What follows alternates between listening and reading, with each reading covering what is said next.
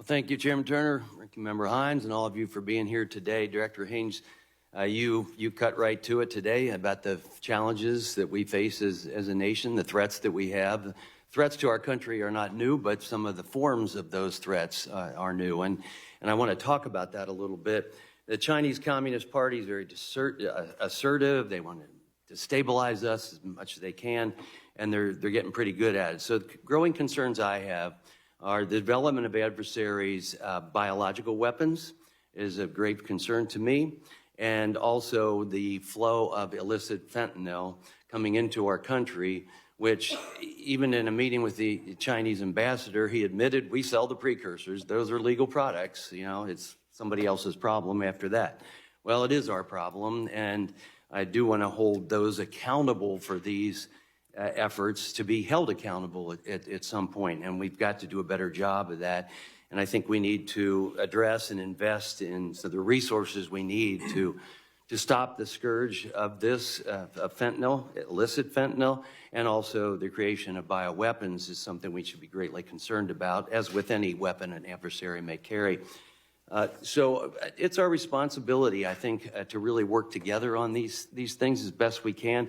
We had a panel a few weeks ago. Dr. Heather Wilson was there, and I asked how we could work together a little bit better in her eyes. And she mentioned how the law requires members of this committee to be kept fully and currently informed of the intelligence activities of the United States. That's this committee. It's not every member of Congress. It's not the general public, and we all get that. But for this committee, it has to happen, and we need to insist upon that. And we also need to insist on our side that we engender trust to the seriousness of this committee and the work that we have to do and our own professional responsibilities in this relationship. And I think we're at that point. I really do with this committee right now. But we have the responsibility of oversight as well as working with all of you. And in my mind, there can be no walls between us. There can be walls around us at times. There needs to be walls around us at times, but there should be no walls between us if we're going to be effective. And we really can only move at the speed of trust. And I feel like I've developed relationships with all of you. It's been very helpful to the work that we do on this committee, and I thank you for that. Sometimes we can do a little bit more. And so, Director Haynes, I know this committee has written you a few times about who the intelligence community consulted with regarding the assessment of COVID-19 and its origins. Now, I chair the select subcommittee on the pandemic. All things with the pandemic and origins of COVID is important. And even yesterday in our hearing, every person on the committee, bipartisan, and every one of our panelists said finding the origins of COVID is an important project we need to continue and try to get to. And we can go into all those reasons. You know, why is it important, though, that for us to have this information and to know who the experts are? And, you know, if we hear something like, it's our policy not to tell you on the committee who we spoke to, that's a problem. And it is important who you spoke to, because if who someone spoke to may have some personal bias or other agenda or political bias towards their conclusions. I mean, look, you've seen all these agencies with different conclusions. Well, why is that?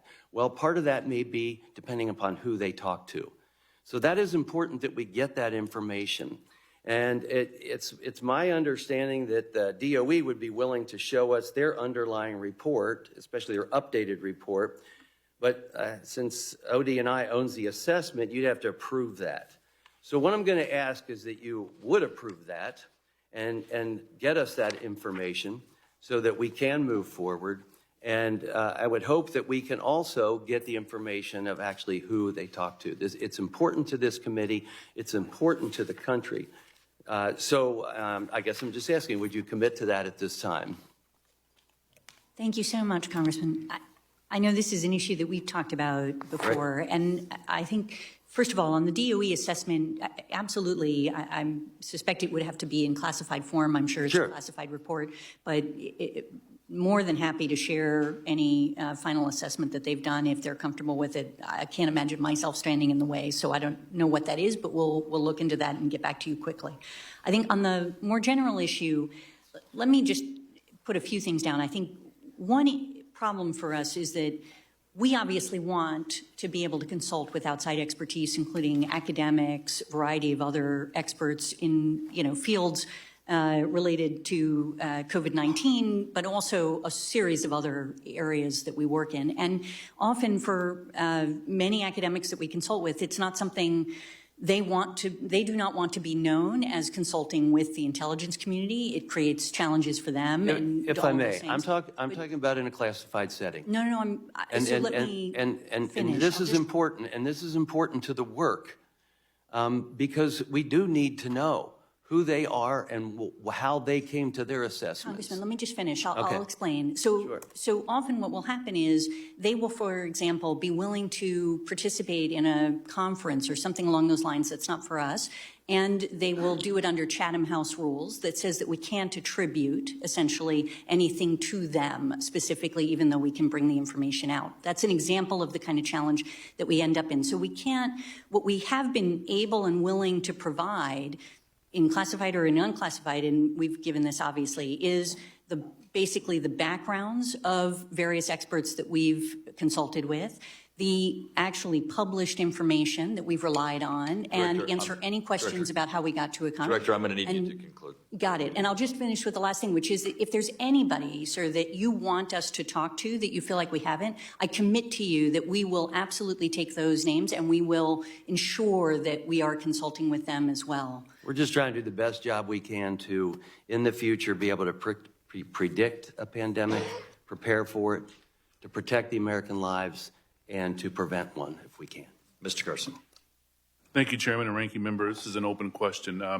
Last week, our committee heard from several respected leaders from the think tank community, and in their remarks, they presented differing views about whether a standalone open source agency is needed in the IC. What are your views, and what are your agencies doing to incorporate open source reporting in its analysis to help counter the threats described in your remarks? I'll just start, but I think going to Director Burns and to General Barrier would be useful for you to hear what they're doing, because they are really centers of excellence in this area. We have been through a process whereby we've been trying to ensure that the open source work that is being done across the community essentially is as effective as possible in supporting the priorities across the intelligence community. And one of those issues that's come up is how do we organize ourselves? How do we ensure we have the right talent? How do we ensure we're supporting the technology that's needed and maintaining the partnerships with the private sector and otherwise that are important to this effort? And we had an external panel look at that, and we have received advice, and we are going to be establishing at ODNI and OSINT Executive, which is a small group. It'll be like a dozen folks if we go forward with this, basically to support the work that is being done across the intelligence community. The CIA is the functional manager for us on OSINT, and the DIA is the Defense Intelligence Enterprise Manager on this. So I'll turn to them. Sure. No, just to add, Congressman, I mean, I take very seriously the increasingly important role of open source information. We can't function effectively as an intelligence service, as the functional manager across the intelligence community, unless we put more resources, more drive, more energy into this issue. So I appointed a new director of our open source enterprise several months ago, and I'm really pleased with the drive and energy and creativity that he's bringing to this as well, not only to make better use of artificial intelligence and machine learning, because the challenge for us, for our analysts, is sifting through, the avalanche of information that's out there, sifting through the haystack to get to those needles that are going to matter most to human analysts, and doing it very quickly. And then to work with Director Haynes and General Barrier and our other partners in the IC to avoid duplication. So we're learning from one another's experiences.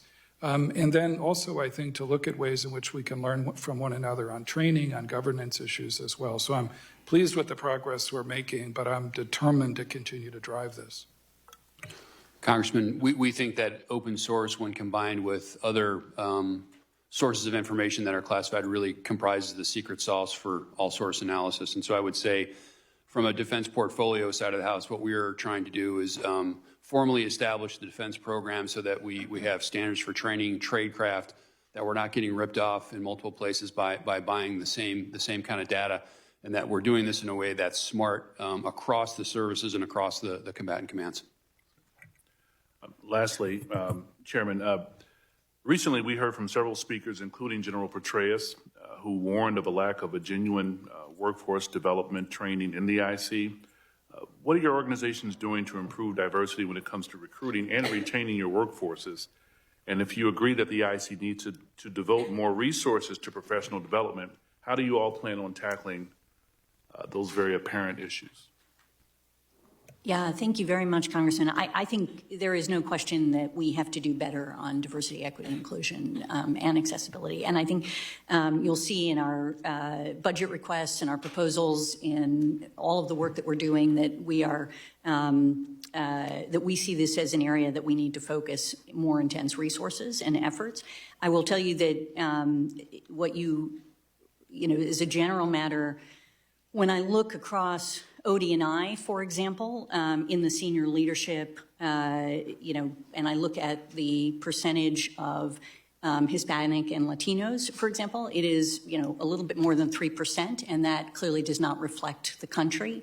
These are things that we are trying to get out. So the first part, from my perspective, is ensuring that we have data that is reliable, that allows us to be held accountable to what our diversity and inclusion is, and that we're able to do barrier studies and work that allow us to understand where there are challenges. We are also working across a range of other issues that we've seen to sort of promote recruitment across the country in a variety of different communities to ensure that we're reaching folks that don't normally come to the IC or know about the IC, that we are focused on retaining the diverse talent that we do have. We've recently looked at a project that would Director, help to I'm going to have to ask you to Sorry, summarize. In order to get through the list that we have, and we're going to have to close the list, we're going to have to start keeping everyone to the 5 minutes. So if you make your answers just a little bit shorter so we can get to everybody and get to the closed session. Okay, all right. Do you yield? Thank you, Chairman. Thank you. Mr. Stewart. All right, I'm going to talk really fast. There's a couple things I do want to talk about, and again, to hit them both, I'm going to be very brief on the first one, and that is 702, to reemphasize the importance of that. Thanks for all of you being here. We recognize that each of you are distinguished leaders. If I could make this point in introduction to 702, all of us are responsible to the people, but those of us sitting up here have a special responsibility to the people. We go home every weekend and we talk with hundreds of people. I think we have a pulse on where the people are, far more than the executive, far more than military or intelligence officials, and I would say far more than the Senate. And so I think we have a pulse of the people, and in that regard, then, when we talk about 702 and the fear and concern they have, with Director Wray, if I could, I'm going to read you a communication I had from a constituent who is a national security expert official. And then I'd ask you to respond, or maybe you don't want to, but I read this to you to illustrate this is the challenge we have when it comes to reauthorizing. And much of this is shared by members of Congress as well, but quoting from him, we could show dozens of examples. Sending FBI agents to shut down local prosecutors for going after Jeff Epstein, systemic abuse of FISA, systemic abuse of First Amendment rights, targeting parents and Catholics, refusing to investigate multiple reports of sexual abuse of U.S. gymnasts. The problem is, speaking of the FBI, they have no accountability, near absolute power, and they know no one, not even Congress, can touch them. That is what many, many Americans feel. And now we have to go to them and say, yeah, we understand your concerns, but at the same time, we want to reauthorize these powers and authorities. I read that for you, as we discussed earlier, as a challenge we have. You're welcome to respond to it, although please do so briefly, or if you just recognize, yeah, we need to admit to the American people that we've made mistakes and we're going to correct it. So, Congressman, I appreciate you sharing your constituent's letter with me. What I would say is, of course, like any major institution, we have made mistakes. Some of the descriptions in the constituent's letter are not are not accurate in terms of what actually happened, but absolutely, we have made mistakes. And to me, the mark of a leading organization is not whether it makes mistakes or not. All major organizations, all elite organizations do, but whether or not we learn from those mistakes. And I think we have. We've made all sorts of changes, which I could go into on different issues, but we're determined to be worthy of all Americans' trust, including your constituents. Well, and I appreciate that, because that's where we're going to find success, is if we can say that we recognize that we can do better. And to do better, the process has got to be reformed somewhat. And we look forward to working with you, because we do have to reauthorize 702. Director Haynes, this is to you. I think you're probably most appropriate to answer this.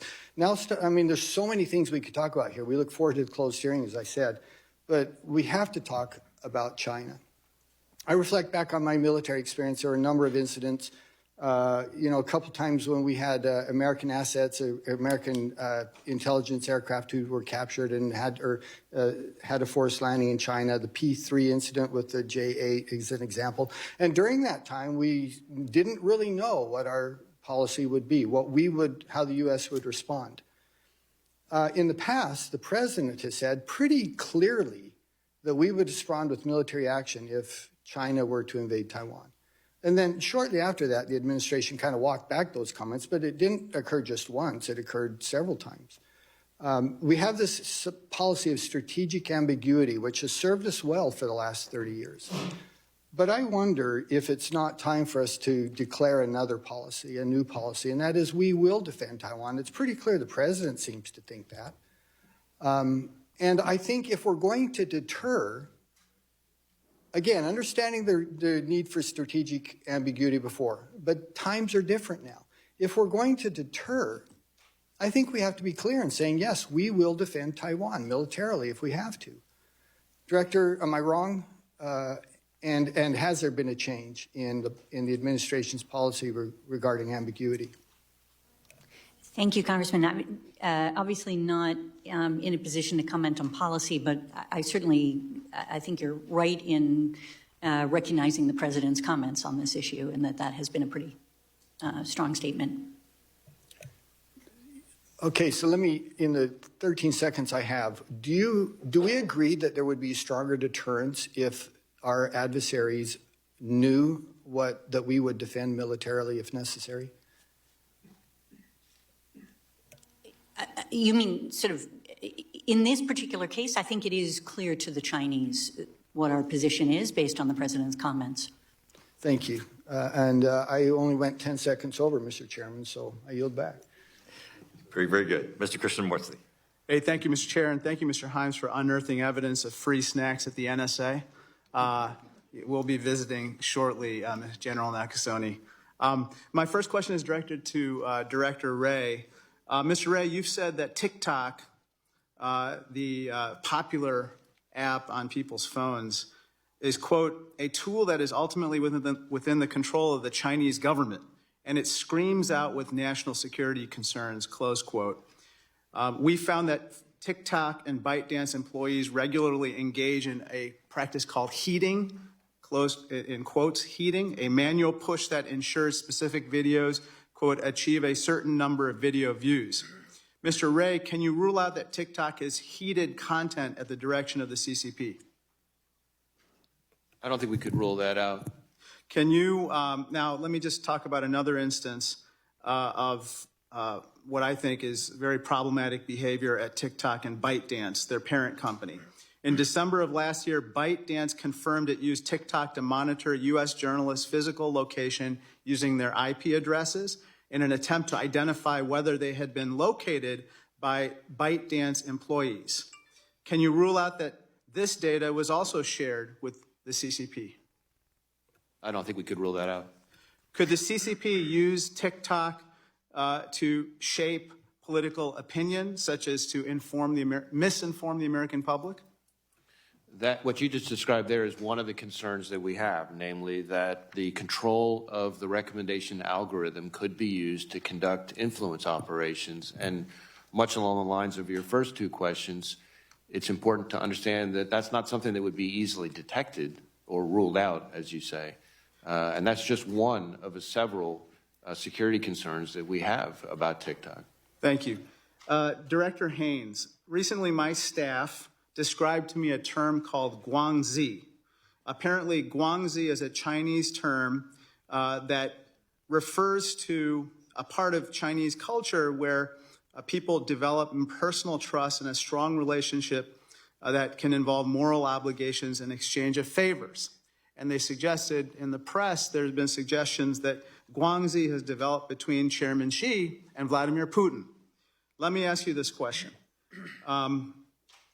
Do we have any evidence that in Chairman Xi's calculations of potentially providing military assistance to Russia in Ukraine, that he has ever discussed, or he has discussed among his internal cadres, potential assistance by Russia to China and the PRC in a potential invasion of Taiwan? Thank you, Congressman. I think maybe we could discuss this in closed session. Okay, very good. General Barrier, I want to talk to you about something called peace disease, which has Chairman Xi has talked about repeatedly in his speeches recently. This is what a former general of the Central Military Commission and the PRC has described as peace disease. He said, quote, "Today, the PLA hasn't been in actual combat for many years, yet the fires of war are burning throughout the world. In this area, the gap between the PLA and foreign militaries is growing day by day." And then he closes with the quote, "This is an actual problem," close quote. This was a quote from a 2009 speech by the general of the Shenyang military region.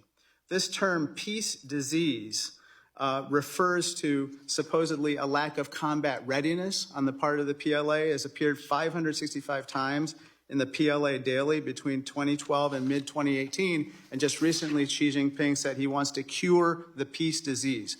How do you assess when Chairman Xi would know that the peacetime disease has been cured and that their troops are ready for combat? I'm not sure that we could actually put a fixed date on that. We know there are a few dates out there like 2027, 2035, and 2049. And we know that his leaders don't have the kind of combat experience that, say, the American military leaders have. So we think that this is in his mind and perhaps shapes the way that he thinks about the readiness of his force. And we could probably go into a few more details on that in a closed session.